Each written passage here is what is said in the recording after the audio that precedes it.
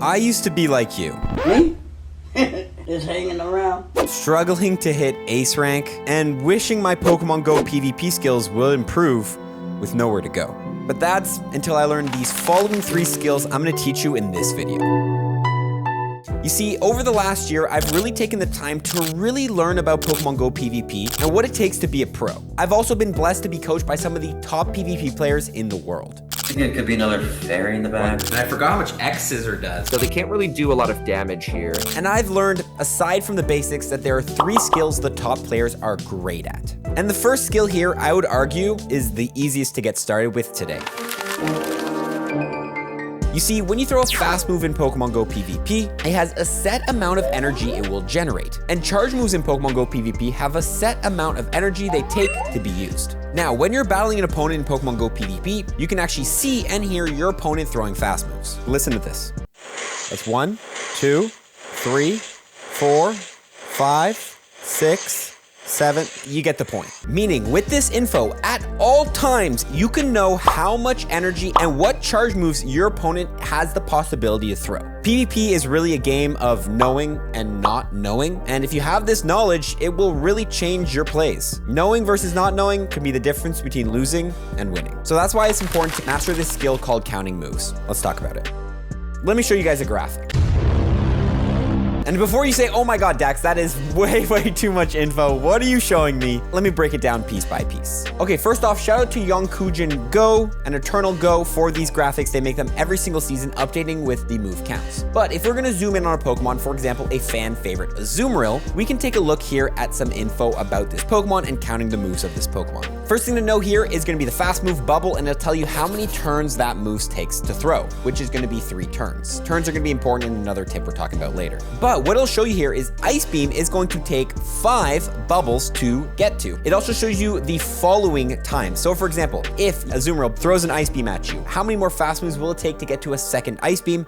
5, and then 5, and then 5, again and again. Meanwhile though, we can take a look at the next move, Play Rough. Play Rough is actually gonna take 6 bubbles to get to, but then after they throw Play Rough, the next time it will take them 5 bubbles. So that's very important to know because counting moves is not always gonna be the same counts every single time. Hydro Pump, for example, is gonna be 777. And this graphic here is going to outline all the most popular Pokemon in Pokemon Go PvP and the counts you need to know for it. Let's zoom in on another one here. A fan favorite, Greedent. Maybe not a fan favorite, I hate this thing. Body Slam, for example, only takes 4 mud shots to get to, which is actually insanely spammy. And every single time it's only gonna take 4 mud shots. Crunch, on the vice versa, is gonna take 5. But there are certain Pokemon that sometimes have 2 different movesets. For example, let's take a look here at the 2 Lantern movesets. Lantern can learn both Spark and Water Gun, which are both considered meta movesets. Spark is going to take 6 Sparks every single time to get to Surf, and the 4th time it'll only take 5 Sparks. Meanwhile, Thunderbolt, it's always going to take 8 Sparks. But if Lantern is running the Water Gun moveset, it's going to be 14 Water Guns to the Surf, and then 13, 13, 14, and the same thing with Thunderbolt, except it's 19, 18, 18. Overall, this graphic, I will link it below, is something to get and study. But counting moves takes practice and takes time. I always recommend actually having this graphic loaded. So if I am loading into a PvP battle and I pull up and I see, I don't know, a Carbink on the lead, then I can quickly go, okay, Carbink, while the battle, 3, 2, 1 is going down, quick look, okay, 9 to the Rock Slide, 12 to the Moonblast, we're set. Over time, it'll become actually ingrained in your brain, but at the start, I don't expect everyone to just memorize this. Have it at the ready and learn through repetition. Now, however, there's another way I like to practice counting moves and the info, and that's gonna be through this Quizlets created by the man Richard about move counts. And this is how I've actually learned the most. This quiz is gonna be 96 questions, the most popular Pokemon in Great League. Do note it is actually from last season, so some of these Pokemon might be fully not accurate, but it's a great quiz. For example, I can come in here and it's gonna give me questions about what the move counts are. For example, Abomasnow, Weather Ball, what are the move counts? I know it's gonna be 5 to the first Weather Ball, and then 4, and then 5, and then 4. As you can see there, 5, 4, 5, 4. You can then go through all the Pokemon, Abomasnow with Energy Ball, Altair with Sky Attack, Moonblast, Azumarill with Ice Beam. We just learned this one. What is it? 5 every single time. Bang, easy. Check out these, I will link these below. There's also one for the Master League if you're more interested in the Master League counts. Final thing I'm gonna talk about counting moves is gonna be counting 1-turn fast moves. Pokemon like Water Gun Lantern, Altaria, Lickitung throw moves so fast. And you're not gonna be there like 1, 2, 3, 4, 5, 6, 7, 8, 9, 10, 11, 12, 13, 14. Like that's not something you do. So what people do in return to better count 1-turn fast moves that their opponent is throwing is to count their fast moves. For example, I have a Medicham into a Lickitung. What I can do is go ahead and count my fast moves. Since counter is a 2-turn move, every time I throw a counter, that's gonna be 2 of the opponent's fast moves. So if I throw 1 counter, that's 2, so I can go ahead and count 2, 4, 6, 8, 10, and then I know, hey, the Lickitung has thrown 10 licks. Did you know that throwing your charge moves at the wrong time could actually lead to you losing the game? And that's because of something called charge move timing. Now, to understand charge move timing, you need to have a basic understanding of turns. I will link below my PvP beginner's guide explaining turns. You definitely need to watch that or else you're gonna be completely confused. But if you don't know, different fast moves are broken up into different turns from 1 turn to 5 turns. A move like Lick from the Lickitung is a 1-turn move. That means every single half a second you're throwing one of them. Meanwhile, a move like Incinerate is a 5-turn move, meaning every 2.5 seconds you're throwing one of them. But if you didn't know, if you throw your charge move right at the start of your opponent throwing another fast move, they're gonna do something called sneaking in a fast move. Let's take a look at this example here. I have a Medicham versus this Shadow Ho-Oh. And what you're gonna notice here is those Fire Incinerate animations. When I throw my charge move, right there, he's getting a full Incinerate in there. When I throw my Ice Punch here, right here, you're gonna see I threw it right when he threw his fast move and that fire animation came through, which means he snuck in a whole fast move, getting a bunch of extra damage in and a bunch of energy for himself. But there's actually a way to stop that from happening. And that's gonna be throw your charge moves at the proper timing. Taking a look here, this is gonna be a proper timing throw. You see I'm gonna throw 1, 2, 3, 4, 5, 6, 7 throw here. And as you can see, no Incinerate snuck through. And I didn't really do anything different than the other clip, I just threw at a different timing. Let's learn about how to throw at those proper timings. So on screen, I've actually created these graphics for you guys, and it's gonna be the charge move timing graphics. There's gonna be 5 different graphics here. I will link them all below for you to download and use, breaking down the 1-turn, 2-turn, 3-turn, 4-turn, 5-turn fast move timing. Now, pretty much what we're gonna be trying to do here is we're gonna be trying to throw our charge moves 1 turn before the end of the opponent's fast move. That's really the main thing you need to learn.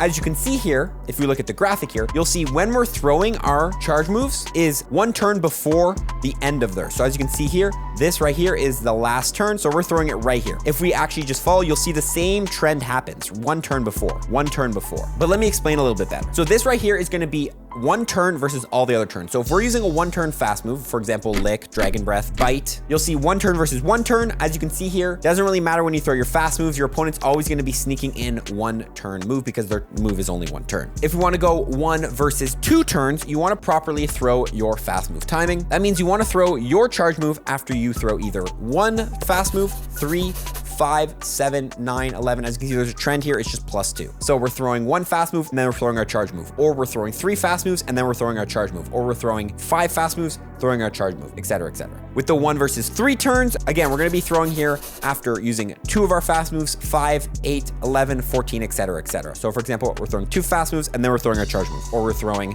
5 and then we're throwing our charge move. With 1 versus 4 turns, it's the same thing. We're throwing right before the end. We're throwing either 3, 7, 11, 15, and then for the 5-turn Incinerate fast moves, we're throwing 4, 9, 14, etc. The trend goes up, it's +5. Now the 1-turn fast move is pretty simple. You're just trying to throw right before the end of their fast move. But with the 2-turn charge move, it gets a little bit more complicated. Let's take a look at it. When you're going up against 1-turn moves, you can throw at any single time. They're always going to sneak through 1 fast move because it's only 1 turn. When you're throwing 2 moves that are the exact same turn amounts, for example, 2 turns versus 2 turns, you can also throw at any single time because no matter what, they're going to sneak in a fast move. However, when we're looking at 2 versus 3-turn moves, there is a specific time you want to throw at. For example here, you can throw after 1 of your fast moves, 4, 7, 10, or 13. So their fast move is 3 turns, yours is 2, you're throwing 1 fast move, and as you can see, that is 1 turn before they get into their next fast move, meaning they won't sneak in that second fast move. Let's take a look at some real examples. Starting off here with our 2 turns versus 1-turn Lickitung. Like I mentioned on the graphic,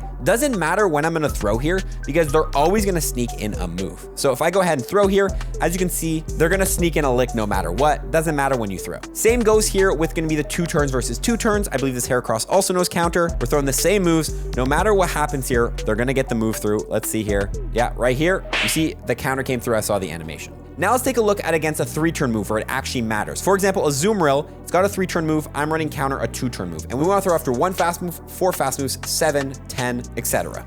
So here you go. 1, 2, 3, 4, 5, 6, 7, 8, 9, 10, throw now. There you go. Perfect. No move snuck through. To show you guys exactly what happened based on a graphic, we threw 1, 2, 3, 4, 5, 6, 7, 8, 9, 10. Imagine there's like a 10 over here. But yeah, you can see we threw 10 fast moves and then we threw. If we want to take a look at 2 versus 4 turn fast moves, you want to throw your charge moves after either 1, 3, 5, 7, 9, 11, or 13 fast moves.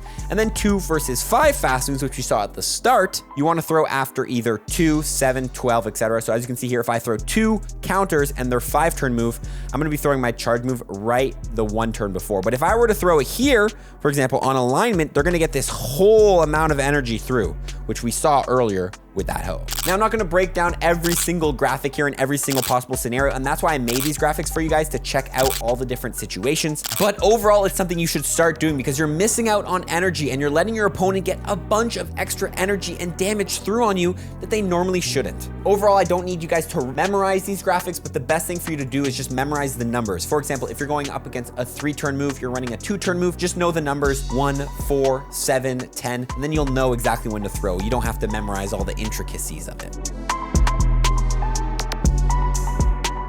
With me learning this charge move timing, I have won so many battles just because of it, and I have lost in the past so many battles because I wasn't doing it at the correct timing, letting my opponent get a bunch of extra energy through. Okay, finally, that gets us into the third tip, which I'm gonna say is definitely the hardest to master. By no means am I an expert at what I'm about to tell you guys, but having practiced it, I've definitely gotten better. I've definitely won some games because of it. And that's going to be team reading. You see, being able to make educated guesses about what your opponent has as a 3rd or 2nd Pokemon based on what you see could be an essential skill for Pokemon PvP, and the pro players know it. For example, if you see a Medicham on the lead, most likely in the back, they're gonna have some sort of answer to ghost types, fairy types, flying types, and different things like that to cover the Medicham's weaknesses. And this is where team reading comes in. It allows you to make guesses on what you see as the first 2 Pokemon and guess what could be in the back, allowing you to decide what you're gonna be coming in with and how you want to align your Pokemon to theirs. And to be honest, this is all possible because of popular teams. Watching videos from YouTubers like Yonkis, Zionic, Homeslice Henry, and even Twitch streamers like Axon, Panic23, Pogo King, and all sorts of content creators allows you to see what is really popping in the meta. If a popular YouTuber makes a tweet about, hey, I've been running Galarian, Stunfisk, Venusaur, Altaria as a team, and then you go up into a battle and you see a Galarian, Stunfisk, and an Altaria, you could maybe make a guess that there's a Venusaur in the back. And that's pretty much how you learn it, and that's how I've learned it. You need to keep up with the meta, and there's a couple ways to do this. The first way is gonna be go on YouTube and search Pokemon Go PvP. Then you can go ahead and come through here and see what is popping in YouTube on Pokemon Go PvP. For example, Yonkis just dropped a video on the best Halloween Cup teams. So if I am playing Halloween Cup, I'm gonna come in here and I'm gonna be like, okay, what is this team? Jellicent, Greninja, Drapion, Mandibuzz, and try to remember that team and just go through this whole video and try to remember these. You could also come to popular graphic creators like DracoViz and find graphics like these, which break down the top GBL teams. So for example, here you can look at Defense Deoxys, Lickitung, Alolan Ninetales, and just kind of have these at the ready. Because then you'll know if you run into a Medicham lead and they safe swap into a Registeel, there's a chance that there is a Sandslash in the back. Now, the final way to learn teams is gonna become to pvpoke.com. Under train, they have top performers. If you scroll down here, it actually breaks down some top teams, which a lot of people actually take teams from here. So you can go ahead and scroll and you can kind of try to have these teams at the ready or memorize them as best you can. Now, I will say, don't always rely on this. There's been plenty of times where I've thought that I've read a team correctly because I'm looking at the team right on PvPoke and I'm like, oh, there's definitely a Medicham in the back.